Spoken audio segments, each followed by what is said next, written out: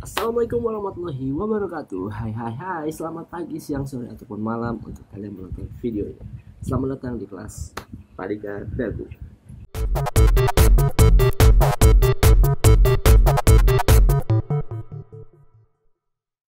Baik, apa kabar kalian semua? Semoga sehat-sehat selalu ya. Jangan lupa selalu cuci tangan kalau udah habis dari luar atau pegang apapun.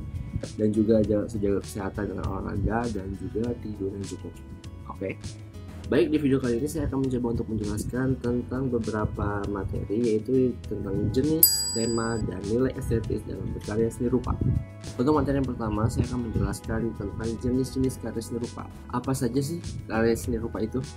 Baik, dalam karya seni rupa ada dua jenis bentuk karya seni rupa. Yang pertama adalah karya seni rupa 2 dimensi. Yang kedua adalah karya seni rupa 3 dimensi secara bentuknya ya. Karya seni rupa 2 dimensi yaitu yang pertama ada lukisan ya, yang kedua ada proses drawing atau menggambar, yang ketiga adalah grafis, yang keempat adalah kaligrafi. Lukisan adalah sebuah karya yang dibentuk dari sebuah bentuk kanvas ya, yang kemudian kalian bisa cat, bisa kalian menggunakan cat apapun, cat air, minyak, ataupun yang pastel, dan itu menggambarkan sebuah ekspresi ataupun sebuah ide dari pelukisnya. Lukisan itu tidak harus di media kanvas, bisa juga di media kertas, bisa juga di media tembok, ataupun papan triplek, ataupun tempat lainnya yang bisa kamu pakai untuk menggambar dengan lukisan itu. Yang berikutnya adalah menggambar atau drawing.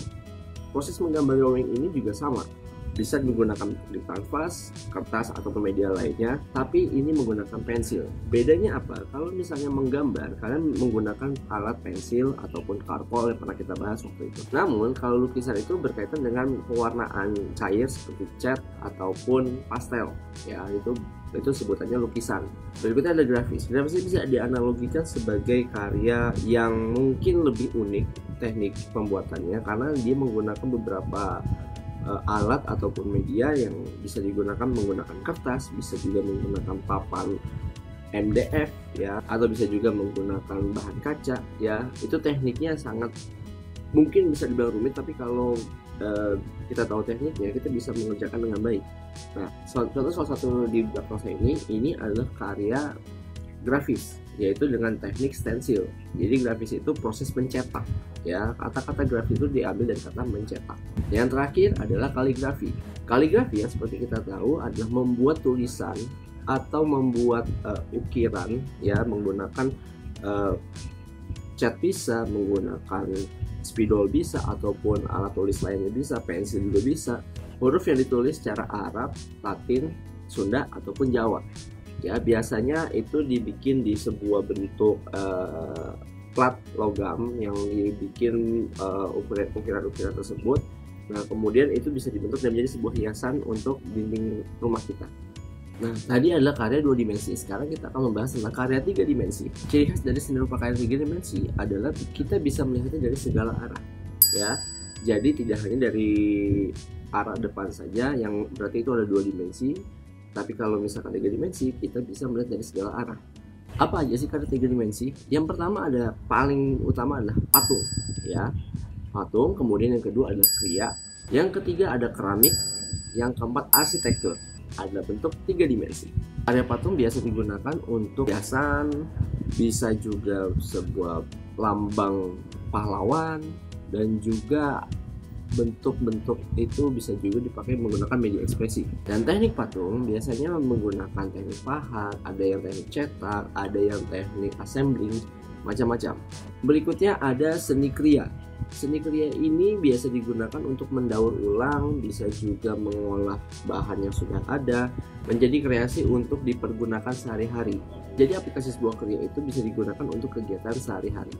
Berikutnya lagi adalah keramik. Karya seni keramik biasa digunakan untuk kebutuhan rumah tangga seperti vas ataupun guci. Satu lagi adalah arsitektur. Arsitektur ini adalah sebuah rancangan membuat sebuah bangunan, bentuk bangunan ya. Nah, biasanya arsitektur ini juga menggunakan bentuk-bentuk desain bangunan ini yang kemudian dia bisa membuatnya tidak hanya sebuah bangunan tapi juga ada nilai estetisnya. Dan biasanya juga arsitektur menggunakan teknik maket untuk menciptakan karya 3 dimensi. Nah, tadi kita sudah bahas tentang jenis-jenis karya seni rupa, baik 2 dimensi ataupun yang 3 dimensi. Sekarang kita akan masuk dalam tema karya seni rupa.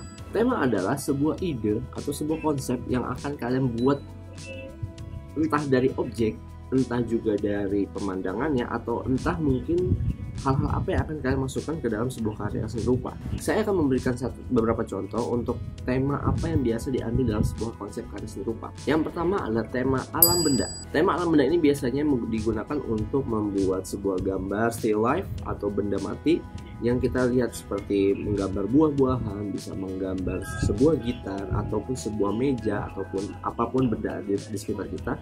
Nah, biasanya ini juga dipakai untuk menggambar bentuk dengan menggunakan pensil.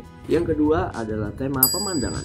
Pemandangan biasanya digunakan untuk membuat ekspresi diri kita, entah kita mengagumi pemandangan pegunungan, bisa juga pantai, bisa juga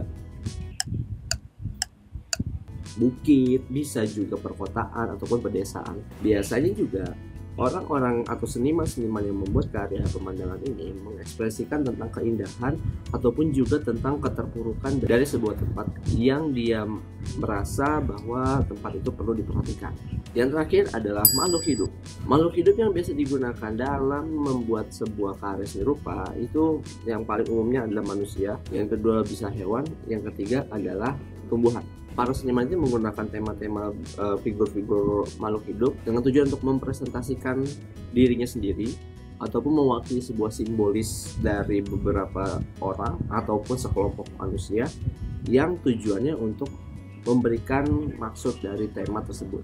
Yang terakhir adalah nilai estetis dalam berkarya seni rupa. Nilai estetis adalah sebuah konten ataupun sebuah item untuk kita bisa memahami value atau nilai yang ada pada karya seni rupa tersebut. Nilai estetis sendiri bisa dinilai dari pertama bentuknya, bentuk karya seni rupanya seperti apa. Yang kedua bisa dari warna. Yang ketiga bisa dari konsep.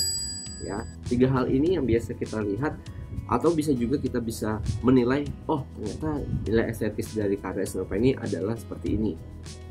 Biasanya juga nilai estetis bisa dikaitkan dengan keindahan. Nah, maka dari itu dari bentuk yang sudah ada dalam karya seni rupa, kita bisa menilai apakah dari bentuknya yang dilihat secara nilai estetisnya, atau bahkan dari warnanya saja, atau bahkan dari konsepnya saja, atau bahkan mungkin dari kesatuan semuanya, konsep, warna, dan juga bentuk dari karya seni rupa tersebut. Contoh dalam video saya yang seperti ini.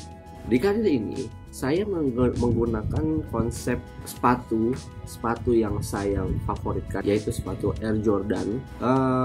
Kemudian saya coba lukis atau coba saya modifikasi dengan menggunakan teknik melukis cat air, yang di situ saya menggunakan warna-warna seperti warna sakura, ya. Jadi saya menggunakan warna-warna pink.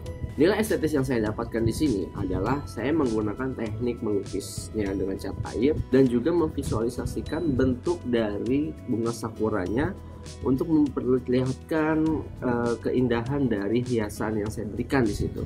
Jadi saya merasa kalau nilai estetis yang saya punya dalam karya ini adalah warna.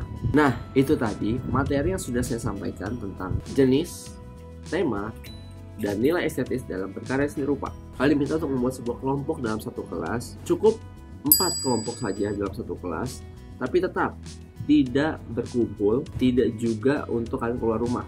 Oke. Ya, jadi kalian bikin kelompok via grup WA saja. Kelompok A, B, C, dan D akan siapa-siapanya saja. Baru setelah itu kalian diskusikan. Nanti di Google Classroom saya akan memberikan contoh-contoh karya seni rupa apa saja yang kalian pertama bisa diskusikan tentang jenis apa karya tersebut. Yang kedua, tema apa yang ditampilkan seperti saya sudah jelaskan tadi. Yang ketiga adalah nilai estetis apa yang ada pada karya seni rupa tersebut. 3 poin ini yang akan kalian nilai atau kalian diskusikan bersama teman-teman kelompok kalian. Kalau sudah, nanti kalian bisa presentasikan hasil karya kalian dengan menggunakan video saja. Boleh via Zoom, boleh via suatu persatu kalian gabung. Nanti kalian presentasikan pakai video, bicara secara bergantian saja. Setelah itu baru kalian gabung, lalu kirimkan ke Google Classroom video ini. Tugasnya dikumpulkan tanggal tanggal ini ya. Jangan sampai lewat, jangan sampai terlambat. Baik, itu saja materi yang saya sampaikan untuk kalian kelas 10. Semoga bermanfaat dan juga bisa mengerjakan tugasnya dengan baik dan benar. Kalau kalian suka video ini, klik like. Jangan lupa untuk selalu komen untuk kritik video yang saya tampilkan. Dan juga jangan lupa kalian share kalau video ini bermanfaat untuk kalian. Jangan lupa pencet subscribe dan nyalakan lonceng notifikasinya untuk mendapatkan video-video terbaru dari saya. Baik, terima kasih. Stay healthy, always grateful, and be happy. Wassalamualaikum warahmatullahi wabarakatuh.